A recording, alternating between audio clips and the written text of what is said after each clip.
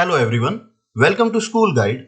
जैसे कि आप सभी को पता है कि सितंबर के महीने में हमारे हाफ ईयरली एग्जाम्स, तो आज हम करेंगे रिवीजन जो कि क्लास 4 इंग्लिश का रिवीजन होगा। और ये जो रिवीजन होगा ये कॉम्पिटेंसी वाइज रिवीजन होगा, यानी कि हर एक कॉम्पिटेंसी की आपको अलग अलग वीडियो मिलेगी।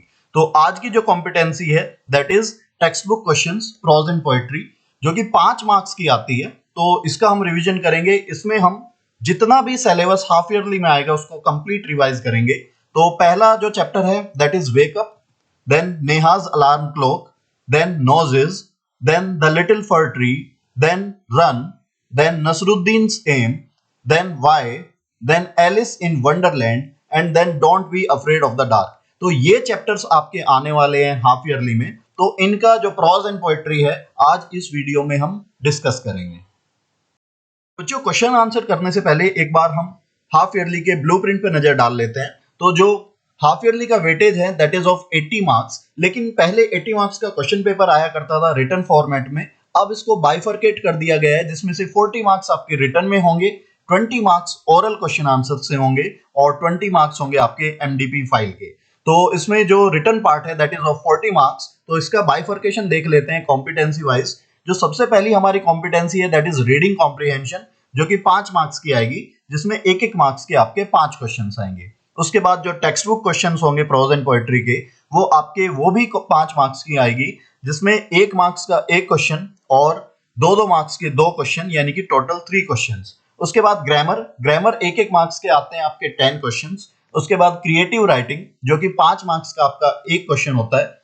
उसके बाद है स्पेलिंग आपके एक एक मार्क्स के 5 क्वेश्चन आते हैं। उसके बाद हैंड राइटिंग, एक पैसेज आपको एक पैराग्राफ दिया जाता है, वो आपको लिखना होता है। देन आफ्टर दैट वोकैबुलरी आपको होगा एक एक मार्क्स के 5 क्वेश्चन। बच्चों, आप रिवीजन के लिए वर्कशीट्स का भी इस्तेमाल कर सकते हैं। आपको यहाँ पर कुछ सैंपल वर्कशीट दी गई है जो कि आप फ्री में डाउनलोड कर सकते हैं हमारी वेबसाइट से।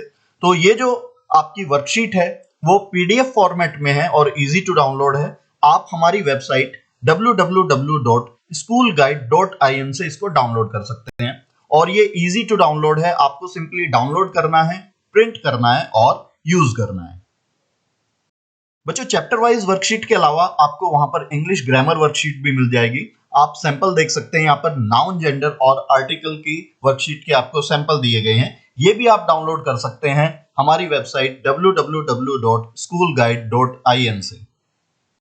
ये बच्चों, शुरुआत करते हैं हमारे पहले chapter say that is wake up, जो कि एक पोएम है जो लिखी गई है सी फ्लेचर के द्वारा। तो आपको पोएट का नाम भी याद रखना है, दैट इज सी फ्लेचर। तो पहला क्वेश्चन है, what do you think birds say to each other in the morning? यानी कि आपको क्या लगता है जो चिड़िया है एक दूसरे से मॉर्निंग में क्या कहती होगी? तो क्या कहती होगी कि वो गुड मॉर्निंग विश करती होगी। So the answer is birds say good morning to each other in the morning. अगला क्वेश्चन है, हु आर ऑलरेडी अवेक? यानी कि पहले से ही कौन कौन जगे हुए थे। तो आपको ये चैप्टर में दिया गया है, birds, bees, horses, ducks and sheep are already awake. अगला क्वेश्चन है, which creatures wake up in the morning before the child does? यानी कि बच्चे के उठने से पहले कौन कौन से जीव है जो जाग जाते हैं। तो आपको उसका आंसर भी चैप्टर में दिया गया है, उसी के हिसाब से आपको आंसर करना है।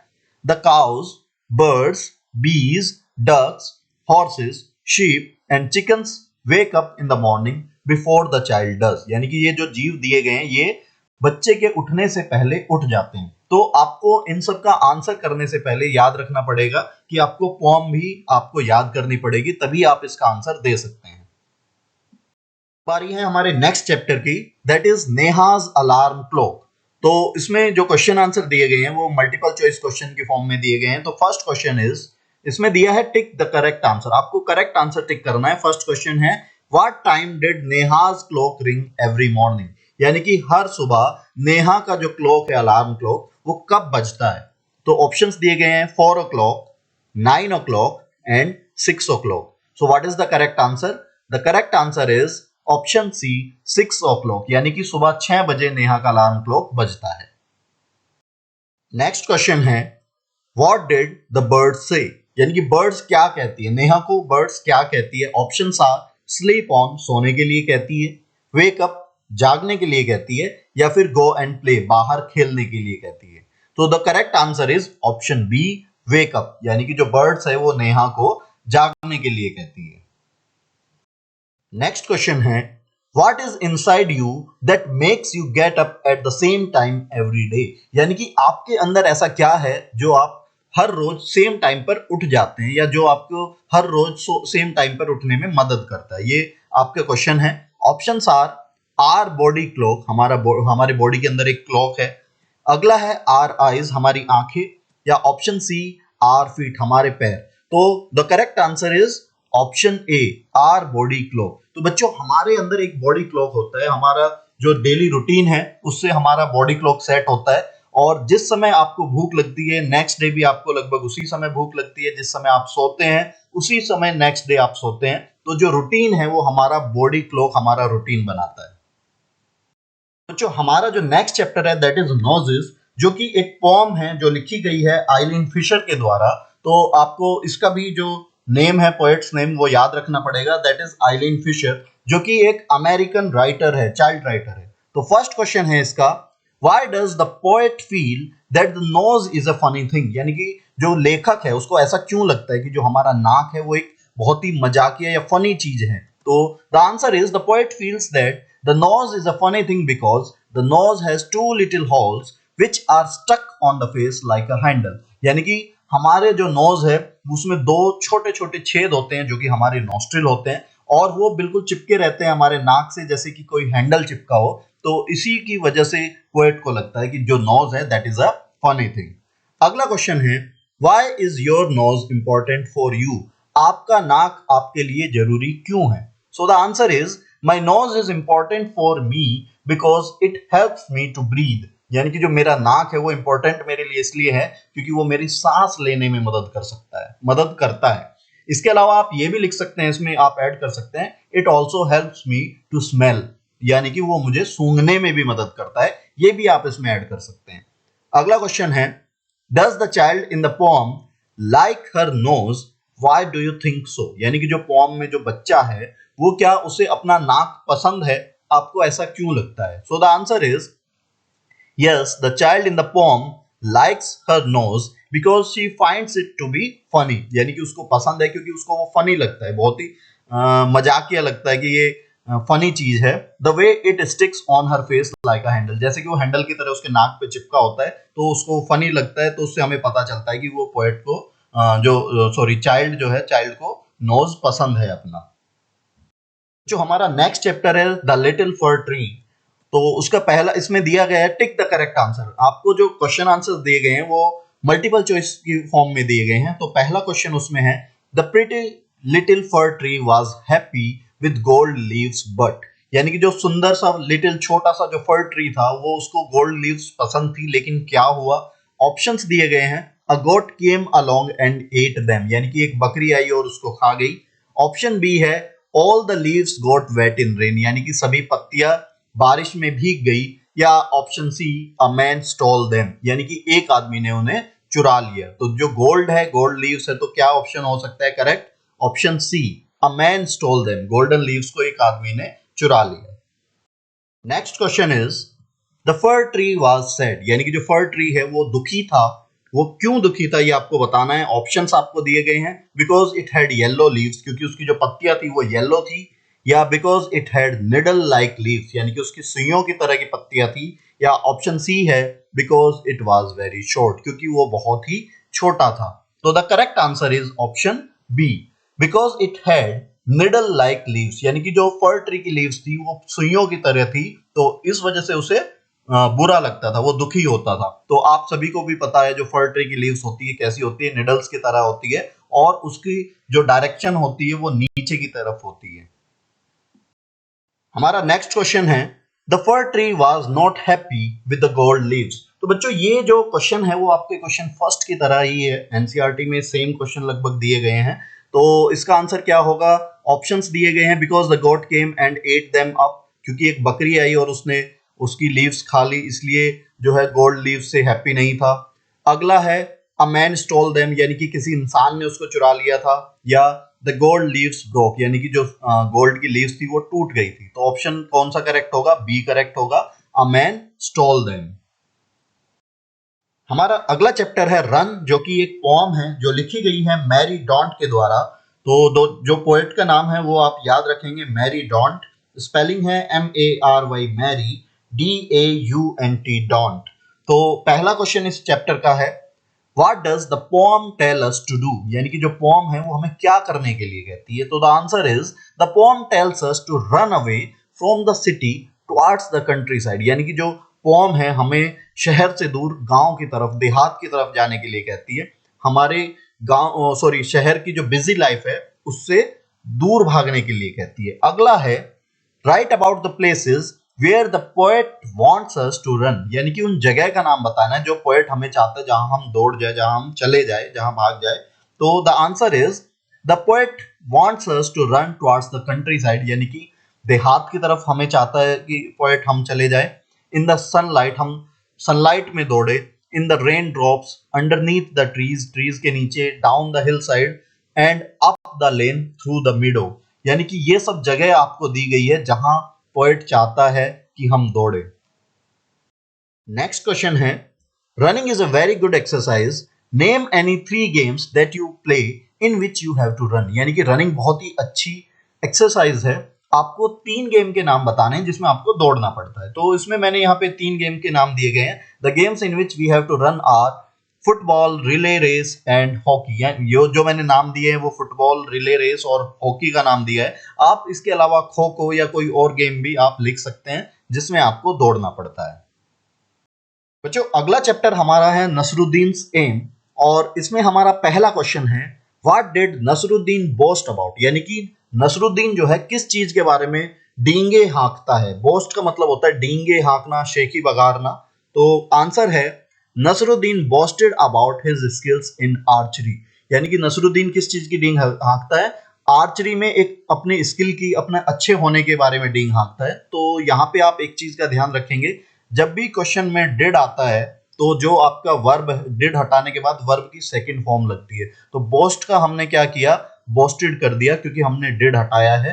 पास्ट में क्वेश्चन पूछा गया है तो आंसर भी आप पास्ट में देंगे। तो ये चीज आप हर क्वेश्चन के लिए याद रखेंगे, क्वेश्चन किस टेंस में पूछा गया है, आंसर भी आपका उसी टेंस में होगा।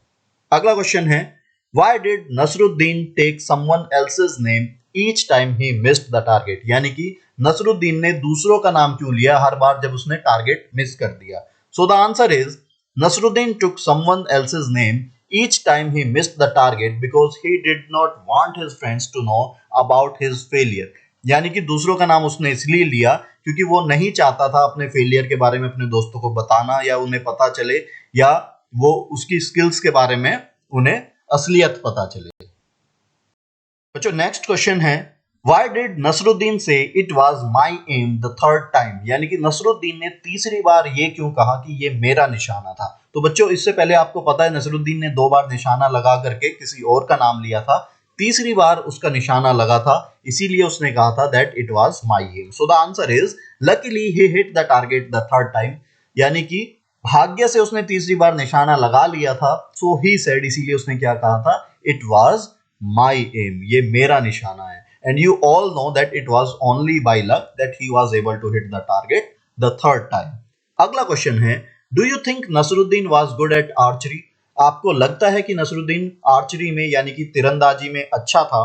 सो the answer is, I think Nasruddin was not good at archery because he failed in his attempts and was not able to hit the target, यानी कि वो अपने 2 अटेम्प्ट्स में फेल हो गया था। आप यहां लिख सकते हैं, he failed in his first 2 attempts, और पहली 2 अटेम्प्ट में क्योंकि वो फेल हो गया था इसीलिए हमें पता चलता है कि वो आर्चरी में अच्छा नहीं था। तो हमारा नेक्स्ट चैप्टर है दैट इज वाई। वाई जो हमारा चैप्टर है एक क्यूरियस लिटिल बॉय के बारे में है। ये एक पोम है जिसका जो ऑथर है, जो राइटर है, वो आपको नहीं दिया गया है। तो ये एक एनोनिमस राइटर के द्वारा लिखी गई पोम है। एनोनिमस का मतलब होता है जिस जो गुमनाम हो। तो इसमें पहला क्वेश्चन आपको दिया गया है, name few things that sink, आपको कुछ ऐसी चीजों के बारे में नाम लिखना है जो डूब जाती है। तो बहुत सारी चीजें आप जानते हैं, आप लिख सकते हैं stone, key, marble, cup, plate etcetera. So these are the things that sink. तो आप ये लिख सकते हैं या अपनी तरफ से कोई भी ऐसी चीजें लिख सकते हैं जो डूब जाती है। अगला है, list 3 questions that the little boy asked, यानी कि जो लिटिल बॉय है उसने इस पोम में 3 क्वेश्चंस पूछे थे, उनके बारे में आपको लिखना है कौन कौन से क्वेश्चन थे। तो पहला क्वेश्चन था the 3 question that the boy asked were, कौन कौन से थे। पहला है why should wood swim and marble sink, यानी कि उसको क्यूरियोसिटी थी कि जो वुड है, लकड़ी है, वो तैर जाती है और जो मार्बल है डूब जाता है, ऐसा क्यों होता है, ये वो जानना चाहता था। अगला है why should the sun shine and the wind blow, यानी कि सूरज क्यों चमकता है और जो हवाएं क्यों चलती है, ये भी वो जानना चाहता था। अगला क्वेश्चन है why do we eat and drink, हम खाते पीते क्यों हैं, ये भी उसको इस चीज को लेके भी क्यूरियोसिटी थी। नेक्स्ट क्वेश्चन है what sort of a boy is described in the poem, इस कविता में किस तरीके के लड़के का वर्णन किया गया है, ये आपको बताना है। ये एक मल्टीपल चॉइस क्वेश्चन है, तो आपको ऑप्शंस दिए गए हैं, सैड बॉय था, क्यूरियस था, या फिर ब्रेव था।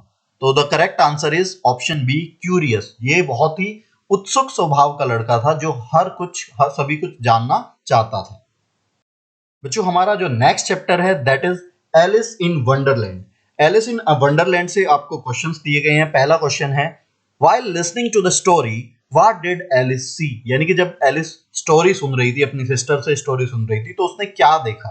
तो the correct answer is while listening to the story Alice saw a white rabbit scamper by, यानी कि उसने देखा कि एक जो व्हाइट रैबिट है, सफेद रैबिट है, उसके पास से बहुत तेजी से जो गुजरा है। तो स्कैम्पर बाय का मतलब होता है बहुत तेजी से गुजरना।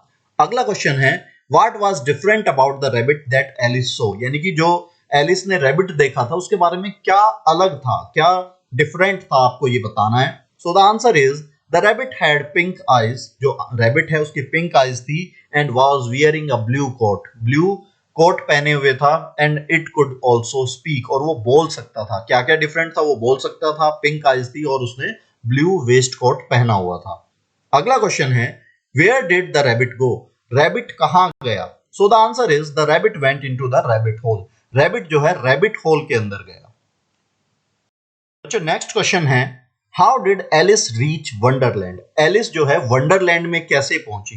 तो हम सभी को पता है एलिस ने किसका पीछा किया था, रैबिट का पीछा किया था, जिससे वो वंडरलैंड पहुंची थी। So Alice reached Wonderland by following the white rabbit into the hole, यानी कि जो होल में रैबिट गया था उसका पीछा करते हुए एलिस वंडरलैंड पहुंची। अगला क्वेश्चन है what strange things did Alice see, Alice ने क्या क्या अजीब चीजें देखी। So the answer is Alice saw a beautiful garden with beds of bright flowers and cool fountains. Alice ने देखा वहां पर जो है एक गार्डन है, बहुत ही सुंदर गार्डन है जिसमें बहुत ही चमकीले फूल खिले हुए हैं और बहुत ही कूल फाउंटेन्स वहां पर है। तो ये सब एलिस ने वहां देखा जो कि उसको अजीब लगा, क्योंकि ये कहां था, एक रैबिट होल के अंदर था। अच्छा next question is describe in your own words the garden that Alice saw, यानी कि एलिस ने जो गार्डन देखा था उसको आपको अपने वर्ड्स में डिस्क्राइब करना है। So the garden that Alice saw was the most beautiful garden she had ever seen, यानी कि जो गार्डन एलिस ने देखा था वो सबसे सुंदर गार्डन था जो उससे पहले एलिस ने कभी नहीं देखा था। It had beds of bright flowers and cool fountains, और उसके पास क्या था, उसमें क्या था, उसमें क्यारियां थी। जो बेड्स का मतलब होता है, फ्लावर बेड्स का मतलब होता है क्यारिया, ब्राइट फ्लावर्स की वहां पर क्यारियां बनी थी और बहुत ही कूल फव्वारे फाउंटेन्स वहां पे लगे हुए थे। अगला क्वेश्चन है draw a garden of your dream, आपको अपना एक ड्रीम गार्डन बनाना है, तो आप कोई भी अपने ड्रीम गार्डन की पिक्चर बना सकते हैं। बच्चों नेक्स्ट क्वेश्चन है टिक द करेक्ट आंसर। आपको जो अगला क्वेश्चन है वो मल्टीपल चॉइस क्वेश्चन है। तो इसमें क्वेश्चन क्या दिया गया है, द रैबिट हैड, रैबिट के पास क्या था, व्हाइट आइज थी, बिग आइज थी, या पिंक आइज थी। तो आपको ऑप्शन पता है, the correct answer is option C, pink eyes. अगला क्वेश्चन है who was burning with curiosity, यानी कि किसको बहुत ज्यादा उत्सुकता हो रही थी, कौन बेचैन हो रहा था उत्सुकता से। Options are Alice, the rabbit और चिल्ड्रन। तो क्योंकि एलिस ने वो व्हाइट रैबिट देखा था, बोलता हुआ रैबिट देखा था, तो क्यूरियोसिटी किसको थी, एलिस को थी। The correct answer is option A, Alice. अगला है who fell down and down and down, यानी कौन नीचे गिरता गया। ऑप्शंस दिए हैं Alice, a mouse, the rabbit. बच्चों वैसे तो रैबिट और एलिस दोनों ही नीचे गिरे थे, तो लेकिन रैबिट के बारे में केवल लिखा था कि the rabbit went into the rabbit hole, और एलिस ने अपने आप को ही लिखा है I fell down and down and down. तो इसका करेक्ट आंसर क्या होगा, ऑप्शन ए, एलिस। जो नेक्स्ट क्वेश्चन है, who said oh my ears and whiskers how late it's getting, यानी कि ये किसने कहा था oh my ears and whiskers how late it's getting, ये किसने कहा था? ऑप्शंस हैं the rabbit, Alice, Alice sister. तो करेक्ट आंसर है ऑप्शन ए द रैबिट। जो रैबिट है स्टार्टिंग में ही चैप्टर के उसने कहा था oh my ears and whiskers. जो oh my ears and whiskers है ये एक इमेजिनरी एक्सप्रेशन है जो कि लुइस कैरोल ने बनाया है, जो इसका राइटर है एलिस इन वंडरलैंड का। तो जैसे हम कहते हैं ओ माई हेवंस, या फिर हम बोलते हैं ओ माई गुडनेस, तो इसी तरह उसने चैप्टर के हिसाब से ही बनाया है ओ माई ईयर्स एंड विस्कर्स। तो ये किसने कहा था? रैबिट ने कहा था। अगला है the garden Alice saw was. जो गार्डन एलिस ने देखा था वो कैसा था? बिग, लवली या स्मॉल? तो कैसा गार्डन था? That was a lovely garden. Now our last chapter of half yearly. Half yearly का हमारा लास्ट चैप्टर है जो कि यूनिट 5 का पहला चैप्टर है। यहीं तक आपका हाफ ईयरली का सिलेबस आएगा। Don't be afraid of the dark. ये एक पोम है जो कि रस्किन बॉन्ड ने लिखी है और इसमें आपका पहला क्वेश्चन है what is the pome about, यानी कि ये कविता किसके बारे में है, पोम किसके बारे में है? So the answer is the pome is all about children overcoming the fear of darkness in the night, यानी कि जो रात के अंधेरे का डर है उसको कैसे बच्चा ओवरकम करे उसके बारे में है। अगला है what happens when the day is over. जब दिन गुजर जाता है तो क्या होता है? So the answer is when the day is over darkness falls and the earth rest, यानी कि जब डे खत्म हो जाता है, दिन खत्म हो जाता है, डार्कनेस आ जाती है, अंधेरा छा जाता है और अर्थ रेस्ट करती है। एक्चुअली अर्थ रेस्ट नहीं करती है, लेकिन हमें क्योंकि ये पोएट्री है, पोएट्री में एक्सप्रेशन या आपका जो फीलिंग्स है उसका ज्यादा महत्व होता है, तो उसी के हिसाब से हमें आंसर देना है। तो इसका आंसर है when the day is over darkness falls and the earth rests. अगला है what does the earth do when the day is over. तो जैसे कि मैंने आपको पहले भी बताया था, पहले इसमें क्वेश्चन में, अर्थ क्या करती है? रेस्ट करती है। आप आंसर लिख सकते हैं the earth rests when the day is over. जबकि सच्चाई ये है अर्थ हम कभी भी रेस्ट नहीं करती है, वो हमेशा रिवॉल्व और रोटेट करती रहती है। रोटेशन की वजह से आपके डे एंड नाइट होते हैं और रिवॉल्यूशन की वजह से, अर्थ के रिवॉल्यूशन की वजह से आपके सीजन्स होते हैं। तो लेकिन हमें किसके हिसाब से लिखना है? हमें इस पोम के हिसाब से लिखना है। तो हम क्या लिखेंगे? The earth rest when the day is over. So the next question is what does the poet want us to do at night. Poet क्या चाहता है, कवि क्या चाहता है हम रात में क्या करें? So the answer is the poet wants us to think about our friends at night. वो जो पोएट है वो चाहता है कि हम अपने दोस्तों के बारे में रात में सोचे। तो उसमें जो आपका सेकंड स्टेंजा की सेकंड लाइन है उसमें दिया भी है just let your thoughts travel to friends far and near. तो पोएट क्या चाहता है? That we should think about our friends. अगला क्वेश्चन है आर दीज सेंटेंसेस ट्रू और फॉल्स। कुछ यहाँ पे सेंटेंस दिए गए हैं, आपको बताना है कि वो ट्रू है या फॉल्स है। पहला है the poet tells the child to be afraid when it is dark. तो जो पोएट है वो बच्चे को कहता है कि हमें डरना चाहिए जब अंधेरा होता है। So the answer is wrong. तो ये फॉल्स है क्योंकि पोएट चाहता है कि हम डरे ना अंधेरे से। अगला है the poet says that the stars will always shine at night. तो this one is true. Poet कहता है कि स्टार्स जो है हमेशा नाइट में शाइन करेंगे। तो इसमें पहले स्टेंजा में आखिरी लाइन भी दी गई है and those stars will be shining forever and ever. तो ये ट्रू हो गया। अगला है the poet tells the child to think of friends after it is dark. तो ये हमने ऊपर ही क्वेश्चन फोर्थ किया है। So this one is also true. तो पोएट चाहता है कि जो बच्चे से क्या कहता है कि जब रात हो जाए तो आप अपने फ्रेंड्स के बारे में सोचो। तो बच्चों ये था हमारा क्लास 4 इंग्लिश का हाफ ईयरली तक का सभी चैप्टर के क्वेश्चन आंसर्स का रिवीजन। इसके अलावा क्रिएटिव राइटिंग और आपका ग्रामर, वोकैबुलरी, उनका रिवीजन की वीडियो आपको अलग से आएगी, वो भी आप देख सकते हैं। इसके अलावा हमारी वेबसाइट www.schoolguide.in, इस पे आपको बहुत सारे एजुकेशनल रिसोर्सेज मिल जाएंगे जिसमें आपके इंग्लिश ग्रामर की वर्कशीट्स हैं। इसके अलावा चैप्टर वाइज वर्कशीट जो मैंने आपको शुरू में दिखाई थी, इस तरह की वर्कशीट आपको फ्री में पीडीएफ्स अवेलेबल हो जाएंगे। इसके अलावा आपको ऑनलाइन क्विजेज आप कर सकते हैं और बहुत सारे, इसके अलावा भी बहुत सारे एजुकेशनल रिसोर्सेज है जैसे रीडिंग कॉम्प्रिहेंशन वर्कशीट्स है, तो वो सब आप वहां से एक्सेस कर सकते हैं, फ्री में डाउनलोड कर सकते हैं। वो सब मैंने फ्री रखी है ताकि सभी बच्चों को उसका लाभ मिल सके। इस वीडियो को ज्यादा से ज्यादा लाइक करें और शेयर करें ताकि ज्यादा से ज्यादा बच्चों को इस वीडियो का लाभ मिल सके। साथ ही बच्चों आप मेरे चैनल को सब्सक्राइब कर लीजिए और बेल आइकन भी दबा लीजिए ताकि आने वाली वीडियो के नोटिफिकेशन आप लोगों को मिलते रहे।